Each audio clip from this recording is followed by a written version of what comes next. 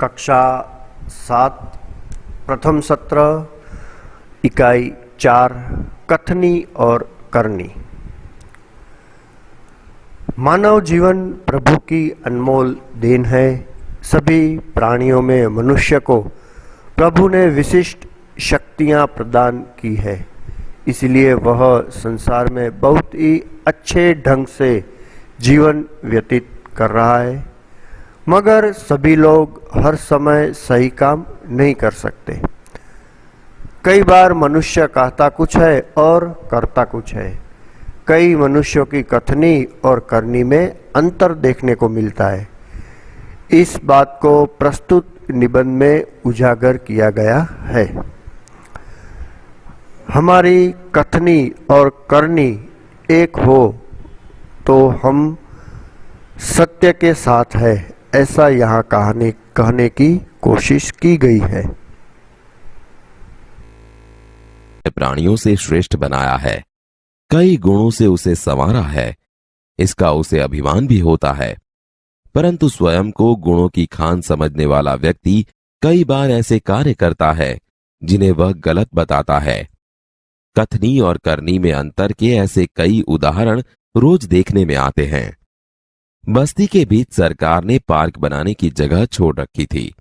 बरसात के मौसम में मोहल्ले के एक सज्जन ने उसमें फूलों के पौधे लगाने की सूझी। बात अच्छी थी। वे कहीं से पौधे लाए, कतार से उन्हें रोपा, देखभाल की, पौधे बड़े हो गए। कुछ दिनों बाद फूल खिलने लगे, पार्क अच्छा लगने लगा। मोहल्ले के लोग सुबह शाम पार्क में टहलने लगे। फूल सबको अच्छे लगते हैं। पार्क में लोगों के आने जाने से उन्हें यह लगा कि लोग इन फूलों को तोड़कर ले जाएंगे। उन्होंने एक तख्ती के ऊपर यह लिखकर टांग दिया कि फूल तोड़ना मना है। आते जाते सब उसको पढ़ते, कोई भी फूलों को नहीं तोड़ता। पर मजे की बात तब सामने आई जब लोगों ने तख्ती लगाने वाले सज्जन को बड़े सवेरे जल्दी जल्दी फूल तोड़ते देखा। पूजा के लिए तोड़ रहा हूं। बसों में लिखा होता है धूम्रपान करना निषेध है। एक बार यात्रा करते हुए देखा कि एक यात्री ने बीड़ी जलाई और पीने लगा। उसे देखकर कंडक्टर ने कहा, भाई साहब, बस में बीड़ी सिगरेट पीना मना है। उसने जलती बीड़ी खिड़की से बाहर फेंकवा दी। थोड़ी देर बाद कंडक्टर ड्राइवर के कैबिन में जाकर बैठा, सिगरेट जलाई और दोनों पीने लगे। एक दूसरे यात्री ने यह देखा तो लिखे हुए वाक्य की तरफ इशारा करते हुए कंडक्टर से कहने लगे, भाई साहब, बस में सिगरेट पीना मना है। इस बात पर कंडक्टर शीघ्र बोल उठा, यह वाक्य आपके लिए है, न कि हमारे लिए। एक व्यक्ति दुकान पर गया। स्कूटर दुकान के सामने खड़ा कर ही रहा था कि दुकानदार बोला, आप अपना स्कूटर वहां सामने वाहन रखने के स्थान पर खड़ा करके आए। मुझे ज्यादा समय तक थोड़ी ही रुकना है, मैं तो सामान लेकर अभी चला जाऊंगा। पर दुकान के सामने बीच सड़क पर स्कूटर खड़ा रखना कोई ठीक बात नहीं। सज्जन ने स्कूटर वाहन खड़ा करने के स्थान पर ले जाकर खड़ा किया और वापस आकर सामान खरीदने लगे। इतने में स्कूटर लेकर दुकान पर एक लड़का आया।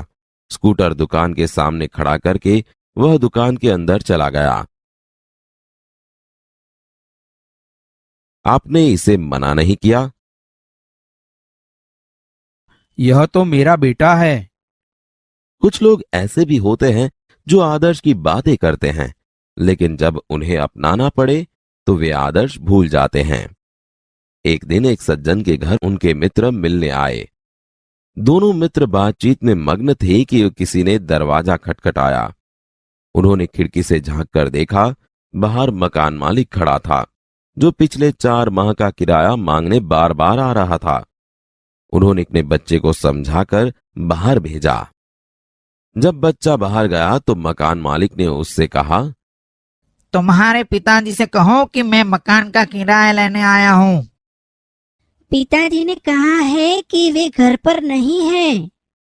बच्चे की बात सुनकर मकान मालिक हंसने लगा। घर में बैठे मित्र के चेहरे पर भी मुस्कान आ गई, जिसे देखकर वे सज्जन पानी पानी हो गए। एक सज्जन ने अपने पोते को यह सिखाया था कि हमें कभी किसी काम को गलत ढंग से नहीं करना चाहिए, सदा अपनी बारी की प्रतीक्षा करनी चाहिए। बिल जमा कराने वालों की लंबी कतार देखकर वे कोई उपाय सोचने लगे। उन्होंने खड़े हुए लोगों को ध्यान से देखा। आगे ही एक परिचित व्यक्ति खड़ा दिखाई दिया। वे तुरंत उसके पास गए और बोले, बेटा, ये बिल तुम घर पर ही भूल आए, लो इसको भी जमा करा दो। वह व्यक्ति कुछ बोले उससे पहले ही बिल व राशि उसके हाथ में थमा दी और एक तरफ जाकर खड़े हो गए। पोता बार बार कहने लगा, दादाजी लाइन में लगिए ना। उसकी बात सुनकर लोग हंसने लगे। कई लोग ऐसे होते हैं जो आदर्श की बातें तो करते हैं पर उन्हें अपनाते नहीं। इस प्रकार का आचरण अच्छा नहीं होता। ऐसा आचरण करने वालों को कभी सम्मान नहीं मिलता, वे हंसी के पात्र बनते हैं। इसलिए हमें कथनी और करनी में सदैव समानता रखनी चाहिए। हो कथनी करनी एक समान, जग में मिलता तब सम्मान। अभ्यास का पहला प्रश्न है, सोचकर बताइए। उसमें पहला प्रश्न, ईश्वर ने मनुष्य को अन्य प्राणियों से किस प्रकार श्रेष्ठ बनाया है? उत्तर, ईश्वर ने मनुष्य को विचारने और सोचने की अद्भुत शक्ति दी है। विवेक और अविवेक, शिष्टाचार आदि गुण मनुष्यों में ही है। इसीलिए सभी प्राणियों में मनुष्य श्रेष्ठ है। प्रश्न दूसरा, धूम्रपान वर्जित है, कहाँ कहाँ और क्यों लिखा होता है? बहुत सारे स्थानों पर हम धूम्रपान वर्जित है ऐसा पढ़ सकते हैं, क्योंकि धूम्रपान से सेहत तो बिगड़ती है, लेकिन धूम्रपान से जो धूम्रपान नहीं करता उन लोगों की सेहत पे भी खराब असर होता है। इसीलिए बहुत सारी जगहों पे धूम्रपान वर्जित है ऐसा लिखा होता है, जैसे कि बस डिपो, रेलवे स्टेशन, हवाई अड्डा, शालाएं, सरकारी ऑफिसेस,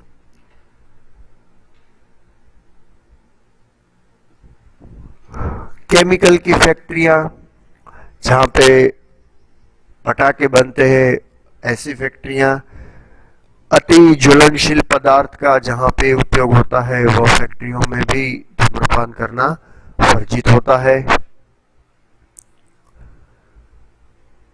अभी के समय में सभी जाहिर स्थलों पर कोई भी व्यक्ति धूम्रपान नहीं कर सकता है। प्रश्न 3 है, फूल सबको अच्छे क्यों लगते हैं? फूल सबको अच्छे इसीलिए लगते हैं कि वे कुदरत की देन है। उनका रंग बहुत अच्छा होता है, उनकी सुगंध से मन प्रफुल्लित हो जाता है और इनके उपयोग से जहाँ भी फूलों का उपयोग हो वो वस्तु बहुत सुंदर दिखती है। इसीलिए फूल सबको अच्छे लगते हैं। प्रश्न 4 है, लोग कहाँ कहाँ कतार में खड़े रहते हैं? बहुत सारी जगह पे लोग कतार में खड़े रहते हैं। जैसे बैंक में जाओ तो वहाँ पे भी कतार होती है, राशन खरीदने जाओ किसी मॉल में तो भी वहाँ पे भी कतार होती है।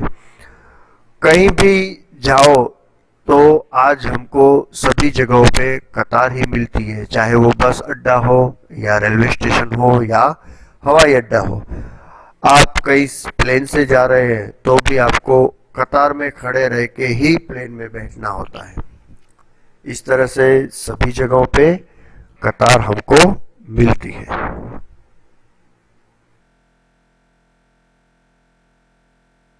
विराम चिन्ह और उनके नाम की जोड़ बनाइए। इस प्रकार उत्तर लिख सकते हैं।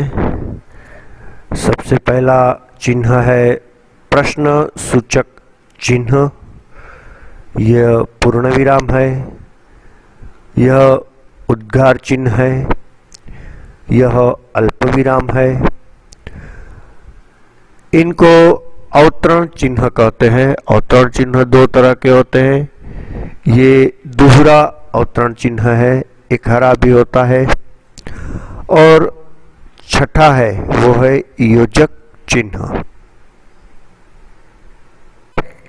वाक्यों को पढ़कर उचित विराम चिन्ह का प्रयोग कीजिए। यहाँ पे जो 5 वाक्य दिए गए हैं उनमें उचित विराम चिन्ह आपको लगाना है। इस तरह से हम विराम चिन्ह लगा के वाक्य लिखेंगे। फूल तोड़ना मना है, यहाँ पे पूर्ण विराम आएगा। वाह, उसके बाद उद्गार चिन्ह, कितना सुंदर दृश्य है। फिर से आश्चर्यवाचक चिन्ह है वो आएगा। बसों में लिखा होता है अल्प विराम, धूम्रपान वर्जित है, पूर्ण विराम और एक हरा अवतरण चिन्ह है। धारा रात दिन पड़ती रहती है, यह योजक चिन्ह है और यह पूर्ण विराम है। पौधे बारिश में ही क्यों लगाए जाते हैं? प्रश्नवाचक चिन्ह।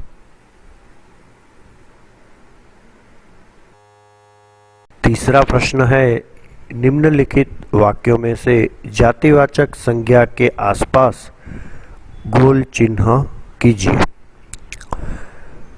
पहला वाक्य है, मनुष्य अन्य प्राणियों से श्रेष्ठ है। यहाँ पे जातिवाचक संज्ञा है मनुष्य।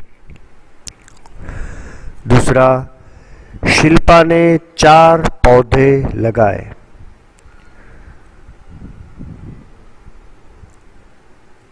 जातिवाचक संज्ञा है पौधे।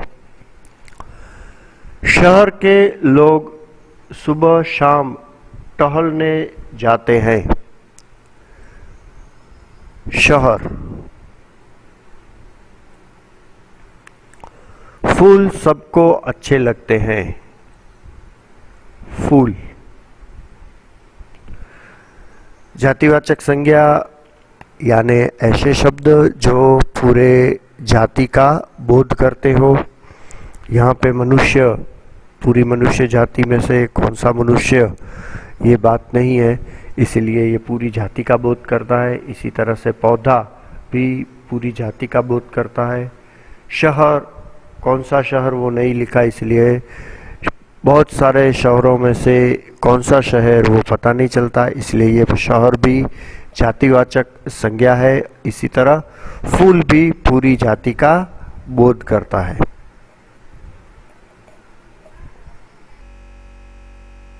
और करनी में समानता रखने में मुश्किलें आती है या नहीं, चर्चा कीजिए। कथनी और करनी समान रखना बहुत जिम्मेवारी का काम है।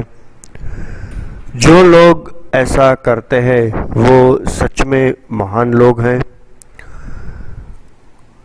कहना और करना एक ही होना सत्य की निशानी है, और सत्य यानी ईश्वर। ईश्वर ही ऐसा कर सकते हैं। हम जब कोई कथन करते हैं तो उनको सच करने की कोशिश करने लगते हैं, और अगर ऐसा कोई नहीं करता तो वो बहुत बुरी बात है। कथनी और करनी समान रखने में बहुत सी मुश्किलें आती हैं। जब हम किसी से बात कर रहे होते हैं, किसी के साथ कथन कर रहे होते हैं, तो हम बहुत सारी बातें ऐसी करते हैं जो हम नहीं करते। हमारे वर्तन से ऐसा प्रतीत हो सकता है कि जो हम बोल रहे हैं वो हम नहीं करते। बहुत सारी मुश्किलें कथनी और करनी एक समान करने में आ सकती है। जैसे तुम किसी को कहते हो मैं सुबह जल्दी उठ जाता हूँ, और अगर आप सुबह को जल्दी नहीं उठते तो आपकी कथनी और करनी समान नहीं है। इसलिए अगर आपको ऐसा बोलना है कि मैं सुबह को जल्दी उठता हूँ, तो आपको सुबह हर रोज जल्दी उठना पड़ेगा। इसके लिए आपको बहुत मेहनत करनी पड़ेगी।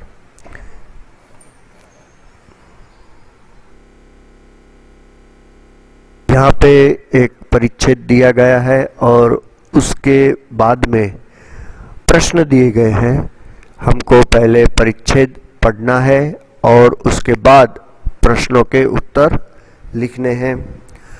सबसे पहले हम परिच्छेद को पढ़ते हैं।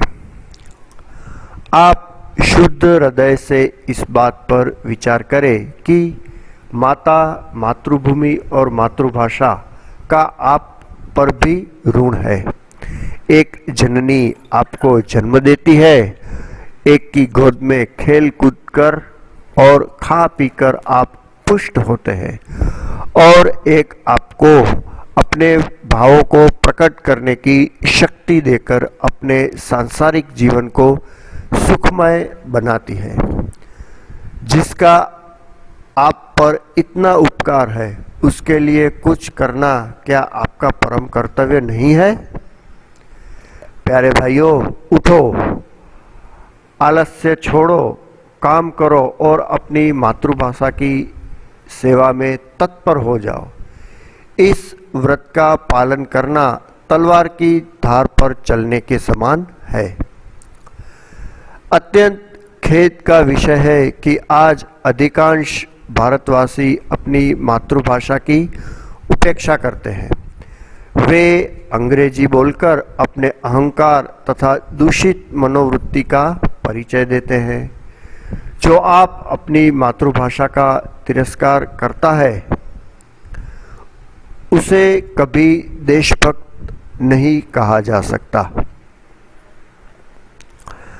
हमने परिच्छेद का पठन कर लिया। अब प्रश्नों के उत्तर देते हैं।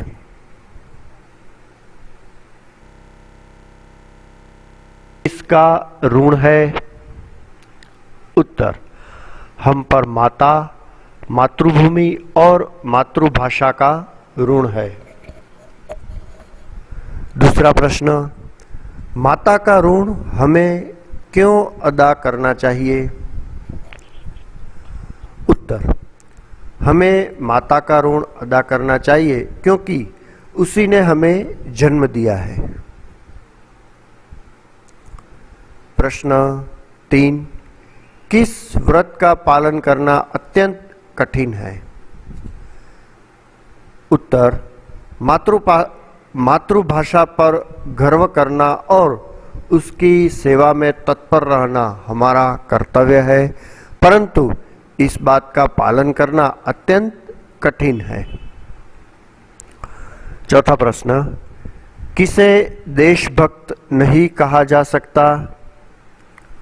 उत्तर, जो मातृभाषा का तिरस्कार कर अंग्रेजी बोलने में गर्व अनुभव करता है, उसे देशभक्त नहीं कहा जा सकता।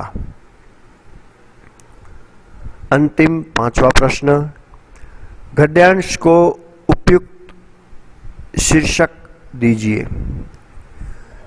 इस गद्यांश को हम सच्चा देशभक्त अथवा मातृभूमि और मातृभाषा ऐसा शीर्षक दे सकते हैं।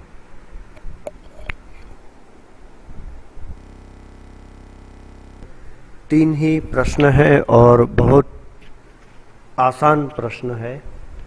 कथनी और करनी में अंतर विषय पर अपने विचार लिखिए। जो आप आगे के प्रश्नों में से सोचकर लिख सकते हैं, कहानी को दोबारा पढ़कर भी लिख सकते हैं। ऐसा ही दूसरा प्रश्न है, कथनी और करनी में अंतर विषय पर अपने दोस्त ने जो विचार लिखे हैं उन्हें पढ़िए। और तीसरा प्रश्न है, कोष्ठक में दिए गए शब्दों को उचित क्रम में रखकर उदाहरण के अनुसार वाक्य लिखिए। यहाँ पे बहुत सारे शब्द दिए गए हैं, उनमें से कुछ शब्दों को जोड़ के आपको वाक्य बनाना है, जैसे फूल तोड़ना मना है। इस तरह से आप और भी 3-4 वाक्य बना सकते हैं। पूरा स्वाध्याय आपको गृह कार्य में करना है।